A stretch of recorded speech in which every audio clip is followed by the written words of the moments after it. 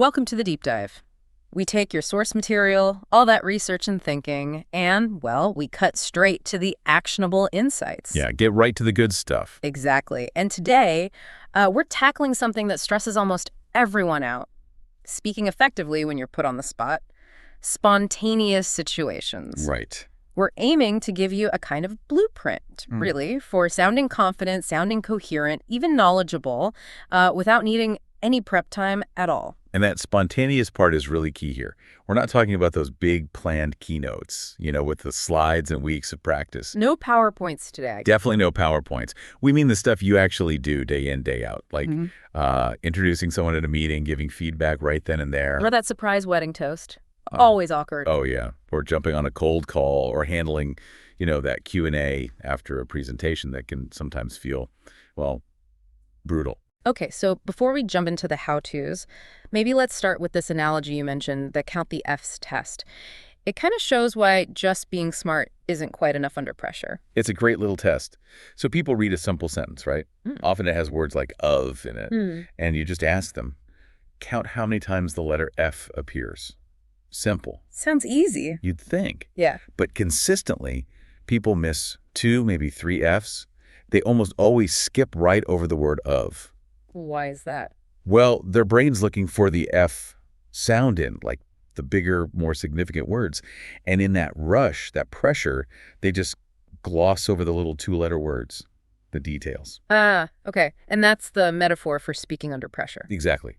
You might be super sharp, know all the facts, but your effectiveness tanks because your brain, in that moment, missed a small but crucial detail. Like those little connecting words, the structure, the listening. It really shows how, the little things make a massive difference when you're trying to connect, especially off the cuff. That's the core idea. It's those foundational bits that matter most. Yeah. Okay, so what's the plan for today? What's our mission for everyone listening? Right. First, we got to tackle the big one.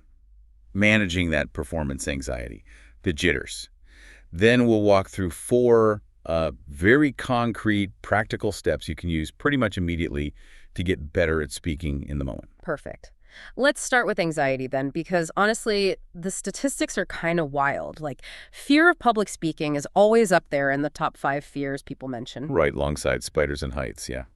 And studies consistently show something like 85% of people say they get nervous speaking in public. 85%. And, the other 15% are probably just fibbing a bit or maybe haven't realized they're nervous yet. Oh, could be. But look, the really important insight here isn't about getting rid of anxiety. The goal is management, not eradication. Okay, management. Why not elimination? Wouldn't that be better? Well, because anxiety isn't entirely bad. It's actually useful. It gives you that energy boost, right? It focuses your mind, tells your body, hey, this matters. Okay. Harnessing the energy, not killing the nerves. I like that shift. Exactly. Because think about it. Your main job as a speaker isn't perfection. It's making your audience comfortable. Comfortable enough to actually hear your message. Right. If I'm up there shaking or my voice is cracking. Yeah, if you're visibly spiraling, you've just made their job harder. Yeah. They're worried about you not listening to your point. Okay, so how do we stop that spiral? Because for me, at least, it often kicks in right in those few minutes before I actually have to speak. That's the worst part. Yeah, that pre-moment dread. Okay, technique number 1 comes from mindfulness research.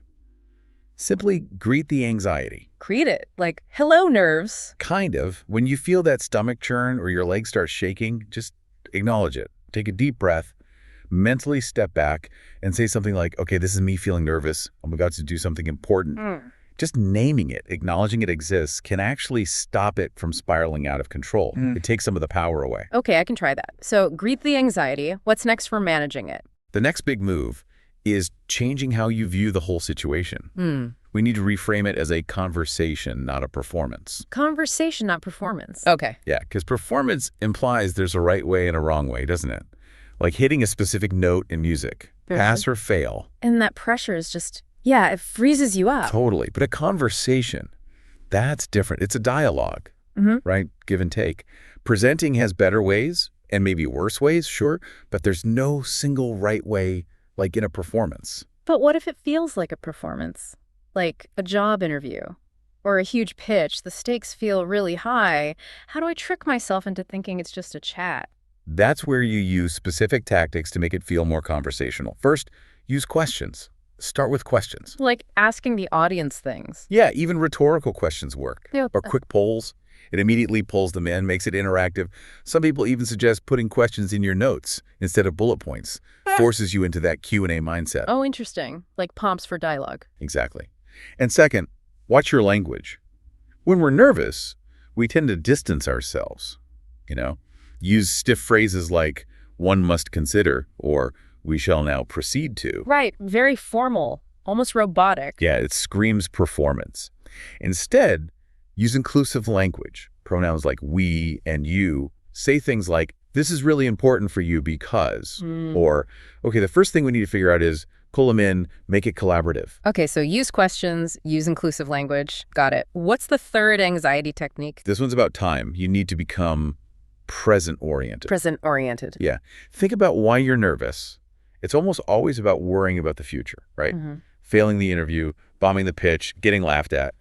Future consequences. Exactly. So if you can force your brain to focus entirely on the present moment, those future worries kind of lose their grip. How do you force that? My brain loves worrying about the future. Yeah, mine too. Well, there are a few ways. Physical exertion works for some people, like a brisk walk, maybe some jumping jacks.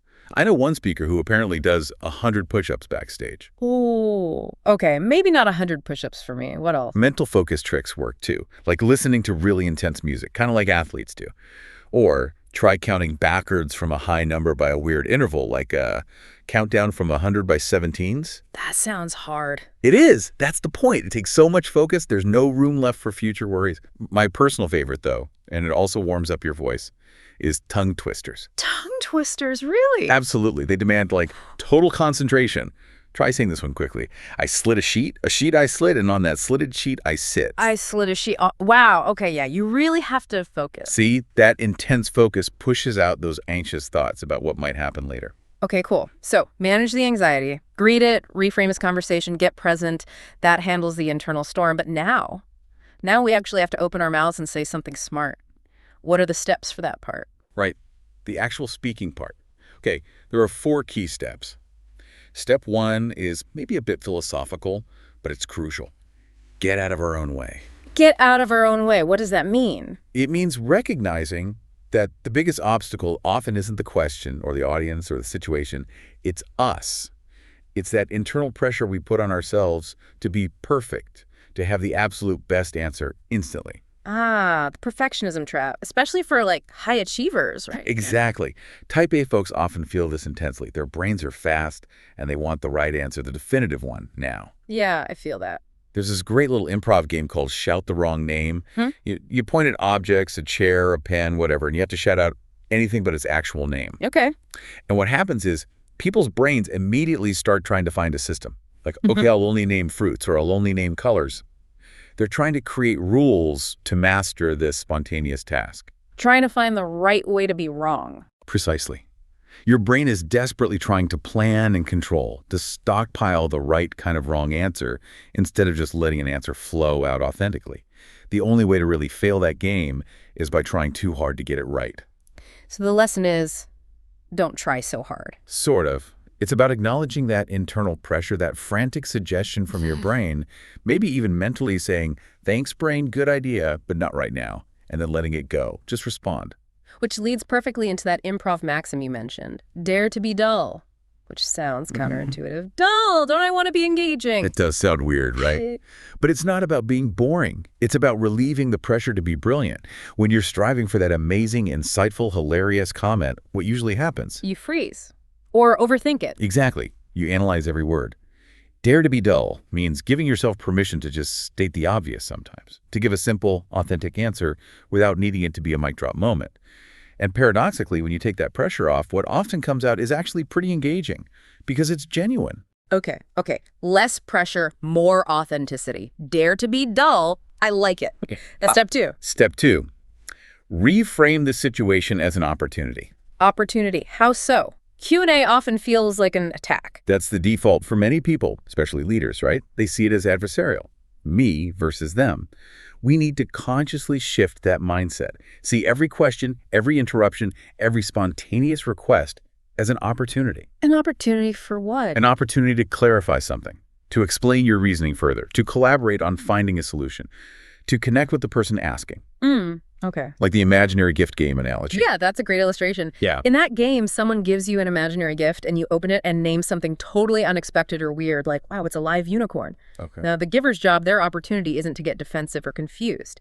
It's to immediately respond with something like, oh, I knew you wanted a live unicorn because... You lean into it. Yeah. You accept the premise and build on it. Exactly. It removes the defensiveness. It makes it collaborative, even fun.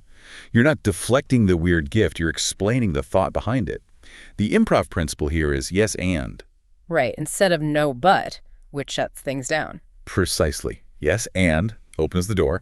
It encourages building on what's there rather than resisting it. It signals collaboration, not conflict. Okay, opportunity and yes and. Makes sense.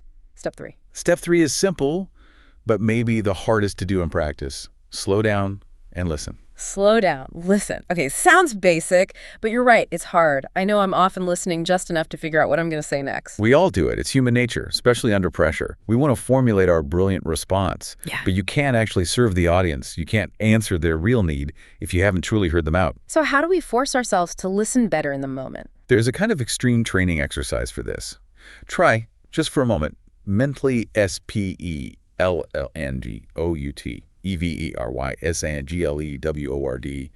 The other person is saying in your head as they say it. Whoa. That sounds incredibly mentally taxing. It is. You probably wouldn't do it for long. But trying it shows you the level of focus required. It completely prevents your brain from jumping ahead and planning your reply.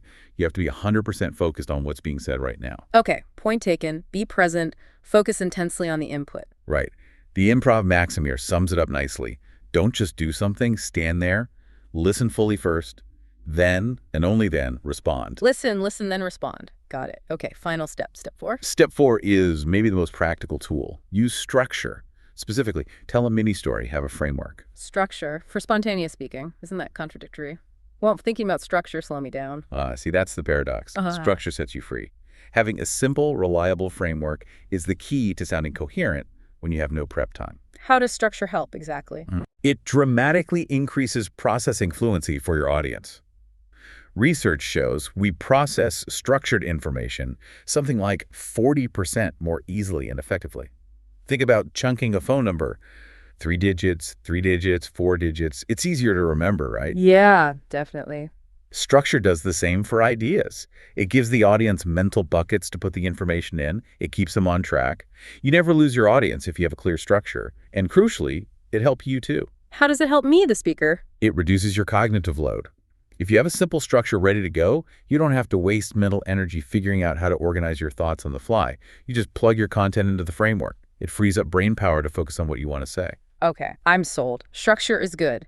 What are some simple go-to structures for spontaneous moments? The first one is a classic. Problem, solution, benefit. Super reliable. Identify the issue, state what should be done, explain the positive outcome. Problem, solution, benefit. Okay. And if there isn't an obvious problem, you can easily tweak it to opportunity, solution, benefit. Same idea, just a more positive framing. Can you give an example of that opportunity one, maybe in a meeting? Sure. Let's say a colleague asks, totally out of the blue, hey, what should we do about this sudden market volatility? Instead of freezing, you use the structure. Okay. You say, well, the opportunity, what is we could actually grab market share while competitors pause. The solution, so what I'd suggest, is a targeted digital campaign focusing on niche X. And the benefit, now what, is we'd likely stabilize revenue and strengthen our long-term position. Boom. Structured, coherent, confident. Wow. Okay, that flows really well. Problem, opportunity, solution, benefit. What's another structure? Another really useful one is what, so what, now what. What, so what, now what? Yep. First, you state what the thing is. Then you explain why it matters, its significance, the so what. And finally, you outline the next steps, the now what. Where would I use that one? It's fantastic for quick updates, explaining a concept, or even introductions. For an introduction, the what becomes who. So, who is this person? So what? Why are they important to us, this audience? Now, what will they be talking about or doing next? Okay, what, so what, now what? That seems really versatile too. These structures, they really do take the pressure off figuring out the how so you can focus on the what. Exactly. That's why structure sets you free. It's your mental scaffolding in the moment. All right, this is great practical stuff, but let's shift to some trickier situations. Applying these skills when the heat is really on, like dealing with hostile questions or really tough Q&A sessions. Yeah, the advanced levels. Yeah. Okay, dealing with hostility, like maybe in an expert witness situation or just a really challenging audience member. Preparation helps. Anticipate the tough stuff. Know the environment. But what about in the moment? That question comes, dripping with sarcasm or anger. How do you respond without getting defensive or pulled into their emotional state? Key technique. Acknowledge the emotion, but never name it. Don't name it. So don't say, wow, you sound really angry. Definitely not. Saying you sound angry often just escalates things or makes them defensive about their emotion. Instead, acknowledge the underlying concern or passion. You could say, I hear you have some significant concerns about this, or I can tell you feel very strongly about this point. Ah, so you validate the intensity without labeling the specific emotion? That's smart. It sets a boundary. Exactly. Yeah. And then tactically, what's your absolute best friend when facing a difficult or loaded question? Let me guess. Structure. Structure helps deliver the answer, but before that, it's paraphrasing. Paraphrasing, why? It's like your communication Swiss Army knife. It does three crucial things simultaneously. One, it buys you a precious few seconds to think. Two, it confirms you actually understood the question correctly. And three, this is the ninja move. It lets you subtly reframe the question. Reframe it. How? Give me an example. Okay, someone attacks you with, your price is ridiculously high. Why would anyone pay that? It's aggressive, right? Yeah. Instead of directly answering the ridiculously high part, you paraphrase and reframe. You might say, so what you're asking about is the value proposition and how our product's long-term benefits justify the investment compared to other options. Is that right?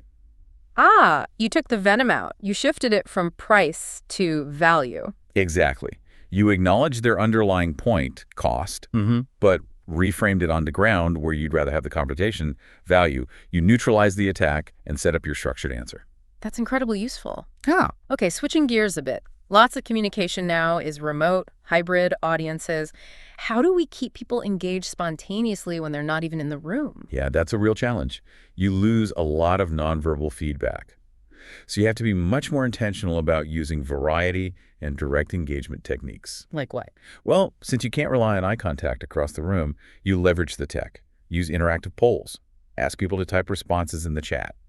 Set up a quick collaborative exercise in a shared doc, like a Google Doc or Wiki during a pause. Okay, use the tools. And even simpler, just verbally ask the remote folks to do something specific. Like, for those online, take a second and imagine this scenario. Or jot down one word that comes to mind. It pulls their focus back actively. Right, keep them involved. Now, flip side, what if I'm the one asking questions, maybe in like a journalistic interview, and I'm trying to get past someone's polished, prepared answers? How do I get to something more authentic? Dealing with media-trained folks. Okay, two good tactics. First, the power of why. Ask why multiple times. Like a little kid, but why? Sort of, but strategically. The first why usually gets the canned PR answer. The second why might get a bit more detail, but often it's the third why that really cracks the surface and gets to the underlying reasoning or motivation. Okay, persistent why. What's the second tactic? Change the dynamic. Instead of asking directly for their stance or opinion, ask for advice or guidance. How does that work? Instead of asking, say, what's your strategy for dealing with issue X, you could ask, what advice would you give to a leader who's currently struggling with issue X? Oh, interesting. Why does that help? It subtly shifts their role. Yeah. You're no longer grilling them as an opponent. You're positioning them as a wise advisor. It often makes people less defensive and more willing to share genuine insights and experiences. It changes the power dynamic. Clever. Okay, one last quick topic. Humor. Good idea. Bad idea. Humor. It's powerful for connecting, definitely. But man, is it risky, especially with diverse audiences or remote ones where context gets lost easily. Cultural differences are huge with humor. So generally avoid it. Not necessarily, but be cautious. The safest form, generally, is self-deprecating humor. Making fun of yourself a little bit shows vulnerability and can build rapport. Okay. But even then, have a backup plan. If the joke lands with silence, that's worse than not telling it at all. You need to be able to smoothly transition right back into your structured point without missing a beat. Right. Don't let a failed joke derail you completely. Okay, great advice. So yeah, always have that plan B ready. Okay, let's maybe recap the big picture then. We started with managing the anxiety, remembering to greet it, reframe the situation as a conversation, and get present-oriented. Right. Handle the internal state first. And then the 4 practical steps for actually speaking. Get out of your own way. Remember to dare to be dull. Let go of perfectionism. See the situation as an opportunity using yes and. Be collaborative, not defensive. Slow down and really, truly listen. Don't just plan your response. Don't just do something, stand there. Listen first. And finally, use structure, like problem solution benefit or what now, because structure actually sets you free. It gives you the confidence and the clarity, reducing that mental load. But, these things only work with practice. Yeah, you have to actually use them. Absolutely. I mean, I find myself practicing structures like what so, what now. What even when my kids ask me random questions. It just helps build the muscle memory. Huh. Using sophisticated communication frameworks on your kids. I love it. Hey, whatever works. The more you practice these frameworks, the more intuitive they become, and the less you have to consciously think about them when the pressure's really on.